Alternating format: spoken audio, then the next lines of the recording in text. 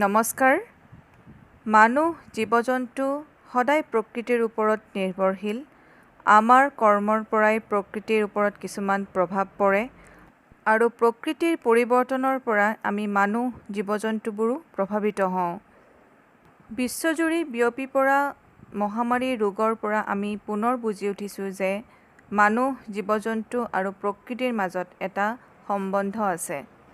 এই COVID-19 ৰোগবিধ পোনপ্ৰথমতে report কৰিছিলে চাইনাৰ উহান চিটিত 2019 ডিচেম্বৰ মাহত আৰু এতিয়া গোটেই বিশ্বজুৰি এই ৰোগবিধ বিয়পি পৰিছে আৰু ৱৰ্ল্ড হেল্থ অৰ্গেনাইজেশ্যনে মাৰ্চ মাহত এই ৰোগবিধক কোভিড-19ক মহামাৰী ৰোগ বুলি স্বীকৃতি দিছে। কোভিড-19 বেমাৰবিধৰ প্ৰধান কাৰণ হৈছে SARS-CoV-2 novel corona virus. SARS মানে হৈছে sudden acute respiratory syndrome corona virus, যি জীৱ-জন্তুৰ পৰা মানুহৰ দেহলৈকে বিয়পি আহিব পাৰে। এই বেমাৰৰ এতিয়ালৈকে কোনো ঔষধ বা ভেকচিন ওলোৱা নাই, যদিও কিছুমান ঠাইত এক্সপেৰিমেণ্ট বেচিছত কিছুমান ঔষধ ইউজ কৰা হৈছে, কিন্তু সম্পূৰ্ণ পজিটিভ ৰিজাল্ট পোৱা যোৱা নাই। এতিয়ালৈকে কোনো ভেকচিন ওলোৱা নাই, হয়তো ভৱিষ্যতে ইয়াৰ ভেকচিন ওলাব। গতিকে এই বেমাৰৰ উপায় এটাই, এই বেমাৰৰ পৰা বাচি থকাৰ উপায় এটাই নিজকে আইচলেট কৰি ৰখা আৰু ছ'চিয়েল ডিষ্টেঞ্চিং মেইনটেইন কৰা। কাৰণ এই বেমাৰৰ বীজাণু কোন মুহূৰ্তত কি ধৰণেৰে আমাৰ দেহলৈকে আহিব পাৰে আমি কোনো গম নাপাওঁ। এইটো এটা জুন'টিক ডিজিজ হয়, যি বেমাৰৰ ইনফেকশ্যন জেনেৰেলি জীৱ-জন্তুৰ পৰা মানুহলৈকে বিয়পে। কোভিড-19 বেমাৰৰ বীজাণু বাদুলিৰ পৰা মানুহৰ দেহলৈকে আন এটা জীৱৰ সহায়ত ট্ৰান্সমিট হোৱা বুলি ছাছপেক্ট কৰা গৈছে। সন্দেহ কৰা গৈছে যে চাইনাৰ এখন উহান চিটিৰ তাত এখন ৱেট মাৰ্কেট আছে বা লাইভ এনিমেল মাৰ্কেট, য'ত জীৱ-জন্তুবিলাক কিনা বেচা কৰা হয়, তাতেই এই কৰোনা ভাইৰাছবিধ বাদুলিৰ পৰা পেংগলিন নামৰ এটা জীৱলৈকে ট্ৰান্সমিট হৈছিলে আৰু এই পেংগলিনৰ পৰাই মানুহৰ দেহলৈকে আহিছিলে। জীৱ-জন্তুৰ পৰা মানুহৰ দেহলৈ বিয়পোৱা ভাইৰাছৰ এক্সাম্পল অকল এইটোৱেই নহয়, কৰোনা ভাইৰাছৰ উপৰিও প্ৰায় 142 ধৰণৰ ভাইৰাছ আছে যি এনিমেলছৰ পৰা, জীৱ-জন্তুৰ পৰা মানুহৰ দেহলৈকে বিয়পিব পাৰে। আমি ইয়াৰ আগতেও কিছুমান উদাহৰণ পাইছোঁ, যেনে Ebola virus, bird flu, MERS, Nipah virus, Rift Valley fever, West Nile virus, Zika virus আৰু এতিয়া at present corona virus. So' এনেকুৱা ধৰণৰ কিছুমান বেমাৰৰ আমি উদাহৰণ অলৰেডি পাইছোঁ, যি বহু বছৰ আগত হৈছিলে আৰু এনেকুৱা ধৰণৰ ভাইৰাছৰ পৰা হোৱা বেমাৰৰ পৰা বহু মানুহৰ মৃত্যুও ঘটিছে। গতিকে মানুহলৈকে কিছুমান ভাইৰাছ জীৱ-জন্তুৰ পৰা আহে আৰু ইয়াক আমি জুন'টিক ডিজিজ বুলিও কওঁ, যিটো মানে জীৱ-জন্তুৰ পৰা মানুহলৈকে ট্ৰান্সমিট হয়। পৰিৱেশ সলনিৰ লগে লগে এনেকুৱা ধৰণৰ বেমাৰৰ কেৰেক্টাৰবিলাকো চেঞ্জ হয়। মানুহৰ এক্টিভিটিছ কিছুমানৰ ওপৰতো ডিপেণ্ড কৰে এই ধৰণৰ বেমাৰবিলাক স্প্ৰেড হোৱাত। তাৰোপৰি লেণ্ড ইউজ চেঞ্জৰ পৰা আদি কৰি ক্লাইমেট চেঞ্জলৈকে বহুত ধৰণৰ চেঞ্জেছৰ ওপৰত ডিপেণ্ড কৰে এনেকুৱা ধৰণৰ বেমাৰবিলাক, কেৰেক্টাৰবিলাক চেঞ্জ হয়। কোভিড-19 আৰু ক্লাইমেট চেঞ্জ। যদিও এই কৰোনা ভাইৰাছ স্প্ৰেড হোৱাৰ আঁৰত ক্লাইমেট চেঞ্জৰ কোনো ডাইৰেক্ট ৰিলেশ্যন নাই, ই ডাইৰেক্টলি কোনো এফেক্ট কৰা নাই, কিন্তু আমি ক'ব পাৰোঁ যে ক্লাইমেট চেঞ্জ হোৱাৰ কাৰণে যেনেকৈ আমাৰ দেহত কিছুমান বেমাৰ লাহে লাহে বাঢ়ি গৈছে মানুহৰ দেহত, ঠিক তেনেদৰে জীৱ-জন্তুৰ দেহতো কিছুমান বেমাৰৰ উৎপত্তি ঘটে।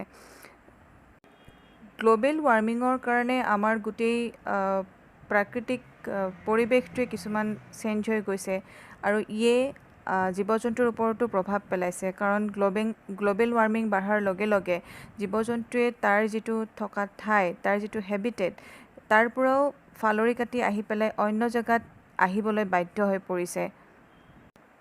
ক্লাইমেট চেঞ্জৰ কিছুমান কাৰণে যিদৰে আমাৰ মানুহৰ ক্ষেত্ৰত প্ৰভাৱ পেলাইছে, ঠিক তেনেদৰে জীৱ জন্তুৰ ক্ষেত্ৰতো কিছুমান প্ৰভাৱ পেলাইছে আৰু কিছুমান ধৰণৰ বেমাৰ জীৱ জন্তুৰ দেহত দেখা পোৱা গৈছে। ক্লাইমেট চেঞ্জৰ প্ৰধান কাৰণ হৈছে ডিফৰেষ্টেশ্যন। গছ-গছনি কাটি দিয়াৰ ফলত তাত থকা জীৱ জন্তুবিলাকে বেলেগ এখন ঠাইলৈকে স্থানান্তৰ কৰে আৰু বেলেগ জীৱ জন্তুৰ সংস্পৰ্শলৈ আহে আৰু কিছুমান ক্ষেত্ৰত মানুহৰ সংস্পৰ্শলৈকে আহে আৰু সেই জীৱ জন্তুৰ দেহত থকা কিছুমান জাৰ্মছ, কিছুমান বেমাৰৰ বীজাণু মানুহলৈকে বা আন জীৱ জন্তুলৈকে স্প্ৰেড হোৱাৰ সম্ভাৱনা থাকে। উদাহৰণ হিচাপে আমি ইবলা ভাইৰাছ স্প্ৰেড হোৱাৰ আঁৰত কি ঘটনা ঘটিছিলে তাক যদি চাওঁ, ৱেষ্ট আফ্ৰিকাৰ ফৰেষ্ট এখন কাটি দিয়া হৈছিলে তাতে যাতে নতুনকৈ পাল্ম অইল ট্ৰিজ গ্ৰ'ন আপ কৰিব পাৰি, এটা মানে খেজুৰৰ নিচিনা গছ, আৰু সেই গছবিলাক, সেই জংঘলবিলাক কাটি দিয়াৰ কাৰণে তাত থকা বাদুলিবোৰ অন্য জেগাত স্থানান্তৰ কৰিছিলে। ইবলা ভাইৰাছ স্প্ৰেড হোৱাৰ আঁৰত এনেকুৱা এটা ঘটনা ঘটিছিলে য'ত এটা সৰু ল'ৰা, 2 বছৰীয়া ল'ৰা এডাল গছৰ কাষত খেলি আছিলে য'ত বাদুলি কিছুমান বাস কৰিছিলে আৰু তাত থকা ফল যেতিয়া সেই ল'ৰাটোৱে খাইছিলে, তলত পৰা ফল হয়তো খাইছিলে আৰু তাৰ পৰাই সেই ল'ৰাজনৰ গাত সেই ভাইৰাছবিধ স্প্ৰেড হৈছিলে আৰু এনেকৈ চবৰেলৈকে বিয়পি পৰিছিলে। গতিকে এইটো শুনা কথা, কিমান দূৰ সঁচা নাজানো।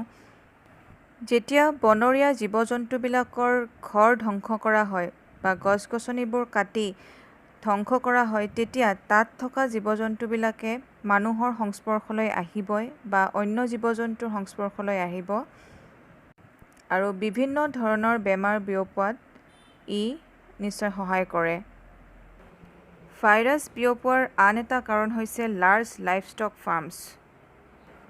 এই ফাৰ্মবিলাকত জীৱিত অৱস্থাত জীৱ জন্তুবিলাক অনা হয়, বনৰীয়া কিছুমান জীৱ জন্তু ৰখা হয় আৰু বিক্ৰী কৰা হয়, তাতেই কাটি পেলাই তাতেই বিক্ৰী কৰা হয়। ইয়াৰ দ্বাৰাও কিছুমান ভাইৰাছ এনিমেলছৰ পৰা, জীৱ জন্তুৰ পৰা মানুহৰ দেহলৈকে বিয়পিব পাৰে। আফ্ৰিকা, চাইনা এনেকুৱা কিছুমান ঠাইত বনৰীয়া জীৱ জন্তুক খাদ্য হিচাপে গ্ৰহণ কৰে আৰু এই খাদ্যৰ সন্ধানৰ কাৰণে ৱেট মাৰ্কেট কিছুমান থাকে য'ত জীৱ জন্তুবিলাক বিক্ৰী কৰা হয় আৰু তাতেই কাটি পেলাই বিক্ৰী কৰা হয়। গতিকে এনেকুৱা কৰ্মৰ পৰা, এনেকুৱা কামবিলাকৰ পৰাই জীৱ জন্তুৰ পৰা ভাইৰাছ কিছুমান মানুহৰ দেহলৈকে বা অন্য জীৱ জন্তুলৈকে স্প্ৰেড হ'ব পাৰে।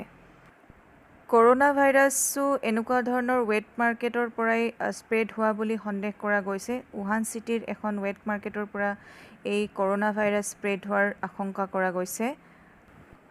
ইউনাইটেড নেশ্যনে অলৰেডি 1972তে convention on biological diversity pass কৰিছিলে, যাৰ আণ্ডাৰত কিছুমান প্ৰভিজনছ আছে for the protection of plants আৰু জীৱ জন্তু, সকলোবোৰ কনজাৰ্ভেশ্যনৰ কাৰণে তাত কিছুমান প্ৰভিজনছ আছে আৰু এই কনভেনশ্যন ফ'ল' কৰিয়ে মেম্বাৰ্ছ পাৰ্টিবিলাকে নিজৰ নিজৰ কাণ্ট্ৰিত কিছুমান ইনেক্টমেণ্ট কৰে যাতে for the better protection of plants and animals.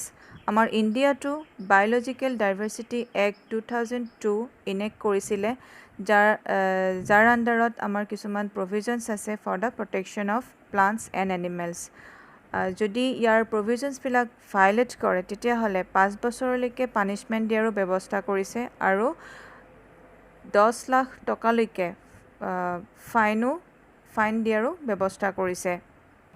বনৰীয়া জীৱ জন্তু বা চৰাই চিৰিকটিৰ প্ৰটেকশ্যনৰ কাৰণে wild life protection act of 1972 already আমাৰ ইণ্ডিয়াত ইনেক্ট কৰিছিলে। ইয়াৰোপৰি কনষ্টিটিউশ্যনৰ আৰ্টিকল 48(8) কোৱা হৈছে যে পৰিৱেশৰ সুৰক্ষা আৰু ইম্প্ৰুভমেণ্টৰ কাৰণে ষ্টেট অথৰিটিয়ে কিছুমান ইনিচিয়েটিভ ল'ব লাগে, লগতে ফৰেষ্ট আৰু ৱাইল্ড লাইফৰ প্ৰটেকশ্যনৰ কাৰণে সম্পূৰ্ণ ব্যৱস্থা গ্ৰহণ কৰিব লাগে। আৰ্টিকল 51(a)টো কোৱা হৈছে যে প্ৰত্যেকজন নাগৰিকৰে এইটো দায়িত্ব হয় যে বনৰীয়া জীৱ জন্তুৰ সুৰক্ষাৰ কাৰণে আৰু নদ নদী বা বন সুৰক্ষাৰ কাৰণে আগবাঢ়ি আহিব লাগে। International trade in endangered species of flora and fauna বুলি এখন কনভেনশ্যন পাছ কৰিছিলে for the conservation of different kind of species আৰু কিছুমান ধৰণৰ বনৰীয়া জীৱ জন্তুৰ ইণ্টাৰনেশ্যনেল ট্ৰেডটো যাতে বন্ধ কৰিব পাৰি তাৰ কাৰণে এই কনভেনশ্যনখন পাছ কৰিছিলে। বনৰীয়া জীৱ জন্তুৰ কিছুমান বেআইনী কিনা বেচাৰ পৰাও আমাৰ যিটো ইক'ছিষ্টেম আছে নেচাৰেল ইক'ছিষ্টেমত বহুতখিনি প্ৰভাৱ পেলায়, কাৰণ আৰ্বানাইজ পপুলেশ্যনবিলাকৰ ফুলফিলমেণ্টৰ কাৰণে আমাৰ কিছুমান বনৰীয়া জীৱ জন্তু আমি লাহে লাহে হেৰাই পেলাইছোঁ। ৱৰ্ল্ড হেল্থ অৰ্গেনাইজেশ্যনেও কিছুমান কাণ্ট্ৰিক ষ্ট্ৰিক্টলি ৰিকমেণ্ড কৰিছে যাতে বনৰীয়া জীৱ জন্তুৰ বেচা কিনা বন্ধ হয়। এয়া যি কাৰণতেই নহওক, ৱেট মাৰ্কেটৰ কাৰণেই হওক বা ট্ৰেডিশ্যনেল মেডিচিন কিছুমান বনাবৰ কাৰণেই হওক, যাতে এই বনৰীয়া জীৱ জন্তুৰ কিনা বেচা একেবাৰে বন্ধ কৰি দিয়ে। ভৱিষ্যতৰ কথা কোনো চিন্তা নকৰি আমি প্ৰাকৃতিক সম্পদবিলাক ব্যৱহাৰ কৰি গৈছোঁ আৰু তাৰ হয়তো আমি ফল এটা এটাকৈ পাই আছোঁ। গতিকে নেক্সট কেনেকুৱা ধৰণৰ আমি প্ৰভাৱ পাওঁ এয়া কোনো ক'ব নোৱাৰে, এইটো একেবাৰে আনপ্ৰেডিক্টেবল হয়। প্ৰকৃতি বৰ্তমান একেবাৰে সুৰক্ষিত নহয়। গ্ল'বেল ৱাৰ্মিঙৰ পৰা টক্সিক পলিউশ্যন বা আমাৰ জীৱ জন্তুবিলাকৰ ওপৰত কৰা অত্যাচাৰৰ ফল হয়তো আমি এদিন ভোগ কৰিব লাগিব। হয়তো পৃথিৱীৰ কাৰণে আমি হৈ পৰিছোঁ একোটা ভাইৰাছ। মানুহ, জীৱ জন্তু আৰু পৰিৱেশৰ ইণ্টাৰডিপেণ্ডেঞ্চিৰ ওপৰত গুৰুত্ব দি এইবাৰৰ 2020 ৱৰ্ল্ড এনভাইৰনমেণ্ট ডেৰ থিমো ৰখা হৈছিলে চেলিব্ৰেটিং বায়'ডাইভাৰ্চিটি। আশা কৰিছোঁ প্ৰকৃতিৰ সুৰক্ষাৰ কাৰণে আমি সকলোবোৰ সংকল্পবদ্ধ হ'ম। আজিলৈ আহিছোঁ, ধন্যবাদ।